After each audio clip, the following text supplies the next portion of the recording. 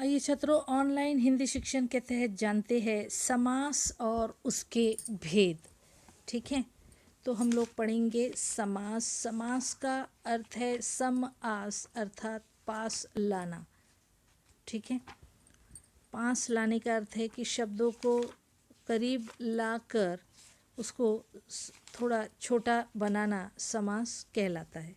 ठीक है,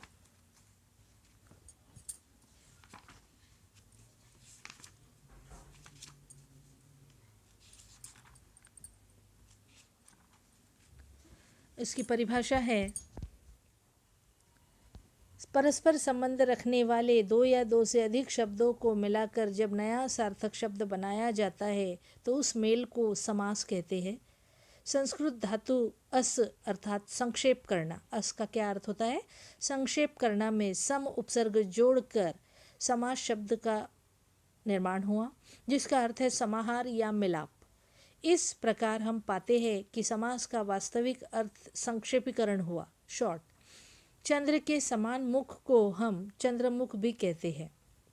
समास रचना में दो शब्द होते हैं जिसे पद कहा जाता है। हमने पहले ही पढ़ा है कि शब्द वाक्य में प्रयुक्त शब्द को पद कह लेते हैं। और समास क्या है? वाक्यांश है। एक से अधिक शब्द वहाँ मौजूद होने के लिए ही उन्हें पहले पद को पूर्व पद कहा जाता है और दूसरे पद को उत्तर पद कहा जाता है।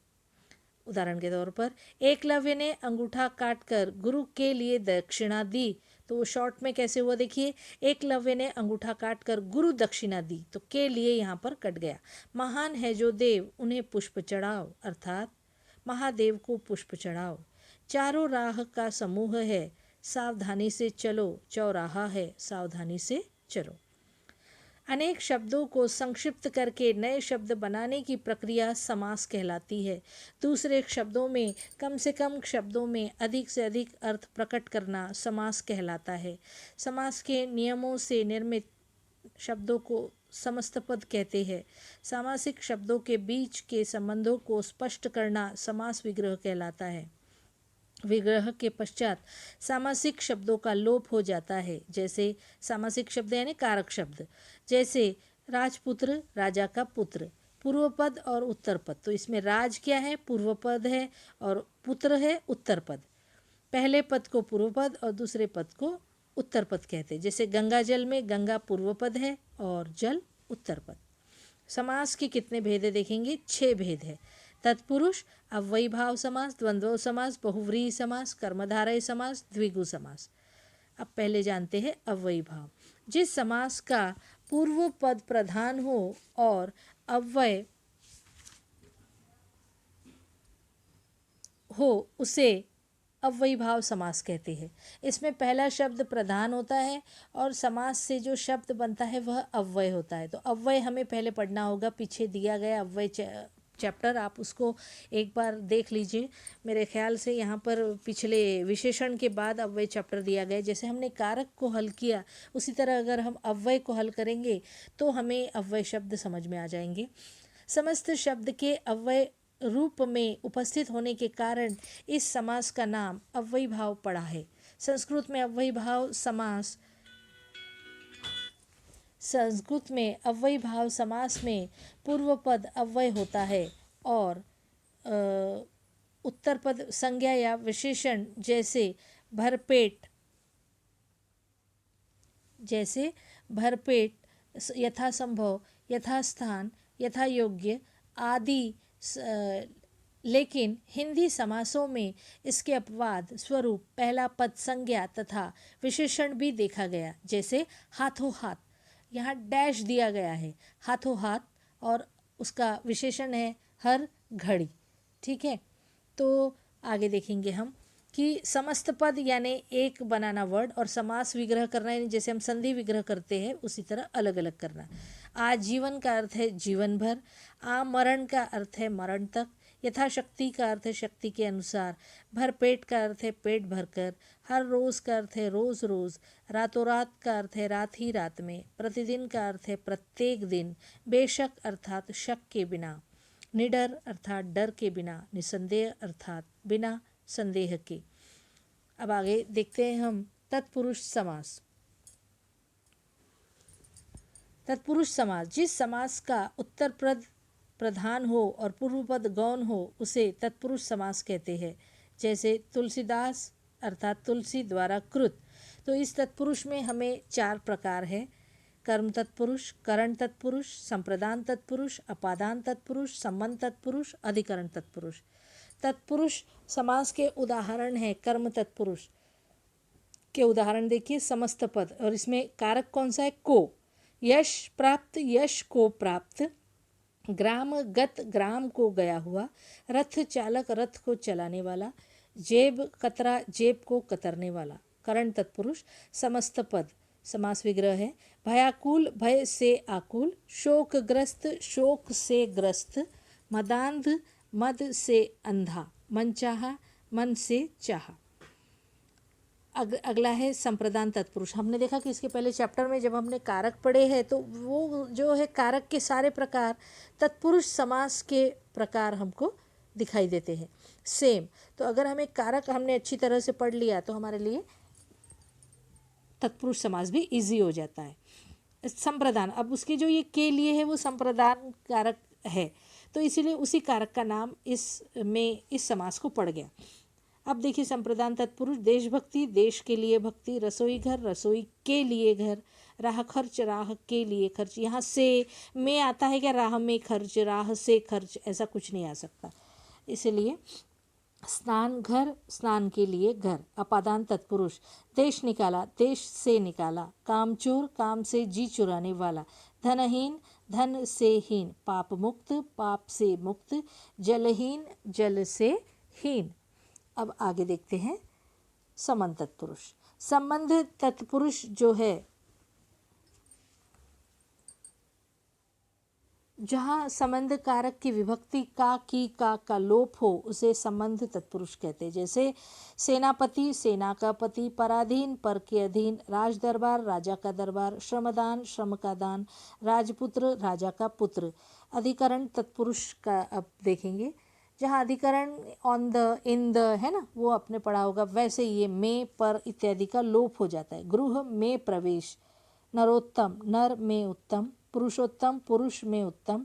दानवीर, दान में वीर। शोकमग्न, शोक में मग्न। अब आते हैं कर्मधारय समास पर। जो कर्मधारय समास है, जिसका पहला पद विशेषण हो, तारीफ करता हो, यानी पहला वर्ड दूसरे वर्ड की। हर इसमें 2 पद है समास में, और वो पहला वर्ड किसी का इम्पोर्टेंट है तो पहला वर्ड सेम बैलेंस पढ़ेंगे हम, तो कभी पहला वर्ड किसी का विशेषण। तो कर्मधारय यानी अपोजिशनल डिटर्मिनेटिव कंपाउंड कर्मधारय समास के पहले पद को विशेषण कहा जाता है और दूसरे पद को विशेष्य। ठीक है, तो जिसम का पहला उत्तर प्रधान हो और विशेषण विशेष्य या उपमान उपमेय हो उसे कर्मधारय समास कहते हैं। जैसे पीतांबर, पीत है जो अंबर। परमेश्वर, परम है जो ईश्वर, इसमें परम है ना। नील कमल, तो पीला है कमल, लाल कमल है, सफ़ेद कमल है, लेकिन जिसका पहला वर्ड दूसरे वर्ड की यानी कमल की तारीफ करता है, तो ये कमल कैसा है? नीला है। महात्मा, महान है जो आत्मा। अब उपमेय और उपमेय उपमान संबंधी। क्रोधाग्नि, क्रोध रूपी अग्नि। वचनामृत, वचन रूपी अमृत। घनश्याम, घन के समान श्याम। चंद्रमुख, चंद्र के समान मुख। नौवां समास बहुत इजी है। नौवां समास जो है वह उच्चारण भी आप और उसको लिखने को भी ध्यान दीजिए। जिस समास में पहला पद निषेधात्मक हो, जैसे न्याय का अपोजिट लिख देंगे आप अन्याय, तो बन जाता है वो असंभव, अन्याय, अभाव इत्यादि। और समास विग्रह न लिखकर न संभव, न सभ्य, न न्याय, न भाव। अब आएंगे हम द्विगु समास की ओर। एकदम इजी है द्विगु समास। इसमें पहला वर्ड जो है वो नंबर से संबंधित होता है। न्यूमरल डिटर्मिनेटिव कंपाउंड जिसे कहते हैं। इसमें पहला पद संख्यात्मक वाचक होता है और तथा किसी समूह विशेष का बोध कराता है। जैसे दोपहर, ग्रुप ऑफ रहते, एक सिंगुलर नहीं होगा। 1, 3, तिरंगा, 2 यानी नंबर्स ग्रुप ऑफ रहता है। दोपहर, दो पहरों का समूह। त्रिलोक, तीनों लोकों का समाहार। तिरंगा, 3 रंगों का समूह। दो अन्नी, 2 आनों का समाहार। पंचतंत्र, 5 तंत्रों का समूह। पंजाब, 5 आबों का समूह। पंचरत्न, 5 रत्नों का समूह। नवरात्रि, 9 रात्रि का समूह। तो अब हम देखेंगे द्वंद्व समास। द्वंद्व अर्थात द्वंद्व युद्ध पहले किया जाता था। दो समान शक्ति बुद्धि रखने वाले द्वंद्व करते थे, जैसे कि द्वंद्व युद्ध दुर्योधन और भीम के बीच में हुआ था, क्योंकि दोनों का शस्त्र गदा था, दोनों ही गदा युद्ध में प्रवीण थे और युद्ध की मानहानि और को टालने के लिए उन्होंने अपनी शक्ति प्रदर्शन किया द्वंद्व युद्ध द्वारा, जिसे गदा युद्ध भी कहा जाता है। तो ये द्वंद्व युद्ध है ना, दो सेम बैलेंसिंग वर्ड, अगर मैं कहूँ कोपुलेटिव कंपाउंड इसे अंग्रेजी में कहते हैं, सेम बैलेंसिंग वर्ड, जिस समस्त पद में दोनों पद प्रधान हो तथा विग्रह करने में दोनों पदों के बीच और या तथा अथवा जैसे योजक शब्दों का प्रयोग हो उसे द्वंद्व समास कहते हैं। द्वंद्व का अर्थ दो या दो से अधिक वस्तुओं का युग्म तथा जोड़ा होता है। जैसे यहाँ पे आप हर एक में डैश देखेंगे। पहचान इसकी इतनी ईजी है कि आपने डैश देखा, लेकिन डैश हमने अव्ययी भाव में भी देखा है। तो लेकिन यहाँ पर और एक आपको ट्रिक बता रही हूँ कि पहला वर्ड दूसरे वर्ड का अपोजिट भी होता है। सबसे इम्पोर्टेंट क्या है कि इसमें डैश है, लेकिन डैश तो हमने हाथों हाथ जैसे वर्ड में भी देखा है अव्ययी भाव में। तो फिर अब उसकी सेकंड ट्रिक और इम्पॉर्टेंट ट्रिक है कि वो उसका अपोजिट वर्ड होता है, जैसे रात दिन, और इसका विग्रह और से किया जाता है। और का अर्थ ही सेम बैलेंस वर्ड है, यानी दोनों ही वर्ड बराबरी के। सुख दुख, सुख और दुख, दाल चावल, दाल और चावल, भाई बहन, भाई और बहन, माता पिता और ऊपर नीचे। अब आ जाते हम बहुव्रीहि समास की ओर। जिस समास के दोनों पद अप्रधान और समस्त पद के अर्थ के अतिरिक्त कोई सांकेतिक अर्थ प्रधान हो उसे बहुव्रीहि समास कहते हैं। जिस समास में दोनों खंड प्रधान न हो और समस्त पद अपने पदों से किसी तीसरी संज्ञा, कोई तीसरा अर्थ बताता हो, तब उसे बहुव्रीहि समास कहते हैं। जैसे मैं आपको बताती हूँ, जैसे अगर हमने लंबोदर कहा तो लंबोदर का अर्थ है लंबा है उदर जिसका पेट लंबा है, लेकिन हर बड़े पेट वाले पेटू को हम कहते हैं क्या कि वो गणेश है? नहीं। तो दुकान पर बैठने वाले हर किसी का पेट बड़ा हो जाता है ना, क्योंकि उनकी एक शारीरिक वो कम होती है हालचाल, तो उसके जो है स्टमक उनका बढ़ जाता है। लेकिन हमने लंबोदर यह संज्ञा केवल किसे दी है? गणेश को। तो वही जो मैं बता रही हूँ कि जिसके दोनों पद प्रधान न हो और वह किसी तीसरी संज्ञा की ओर बोध कराते हो, तब उन्हें क्या कहा जाता है? लंबोदर बहुव्रीहि समास कहा जाता है। जैसे समस्त पद निशाचर, निशा में विचरण करने वाले, रात्रि में विचरण करने वाले, जैसे कि क्रिकेट है पक्षी, वो कीड़ा, और राक्षस है इत्यादि। दशानन, दश है आनंद जिसके 10 सिर है। तो यहाँ पर ये जो है 10 वर्ड आपका द्विगु की ओर भी ये दिखाता है, लेकिन ये भी बात है कि नंबरिंग के हिसाब से वो द्विगु करेक्ट है, लेकिन टोटल वर्ड रावण का बोध कराता है, तब वह सेम है। अब आपको ध्यान देना होगा कि दशानन में हमने द्विगु में अगर हमको दशानन का डिफरेंस करना है तो हम कैसे लिखेंगे? 10 सिर वाला, बराबर है। लेकिन यहाँ पर डिफरेंस कैसे किया? उसका समास विग्रह किया, 10 है आनंद जिसके। तो जब ऐसा लिखते हैं, उसके डिफरेंशिएट जब होता है ऐसा अलग तरीके से, तब वो बहुव्रीहि या उसको द्विगु कहते हैं। अगर पेपर में आता है आपको समास विग्रह और आपको कहा जाता है कि समास समस्त पद बनाइए, तो आप सिंपल समझ जाएंगे कि अगर आया, समझो हमने दशानन वर्ड को लिया, अगर आया कि 10 सिर वाला, तो आप उसको लिखेंगे दशानन और उसका प्रकार लिखेंगे द्विगु। लेकिन अगर समास विग्रह आया 10 है आनंद जिसके, तो भी आप उसका समस्त पद दशानन आएगा, लेकिन विग्रह की वजह से हमें समझ आएगा कि वह द्विगु नहीं बहुव्रीहि समास है, क्योंकि विग्रह में उसके 10 नंबर को हाईलाइट नहीं किया गया। ठीक है ना, उसे 10 सिर वाला कहा गया। नीलकंठ, नीला है कंठ जिसका। अब हमने बहुव्रीहि की खासियत ये है कि उसमें कर्मधारय और बहुव्रीहि समास का मिक्स वर्ड आ जाते हैं। जैसे नील पहला वर्ड दूसरे वर्ड की तारीफ करता है ना, तो डिफरेंशिएट से ही हम उसे समझ पाते। पीतांबर, लंबोदर और श्वेतांबर। अब हम पढ़ेंगे आगे कि कर्मधारय और बहुव्रीहि समास में अंतर। कर्मधारय समास में एक पद विशेषण या उपमान होता है और दूसरा पद विशेष्य या उपमेय होता है। जैसे नील गगन में नील विशेषण है तथा गगन विशेष्य है।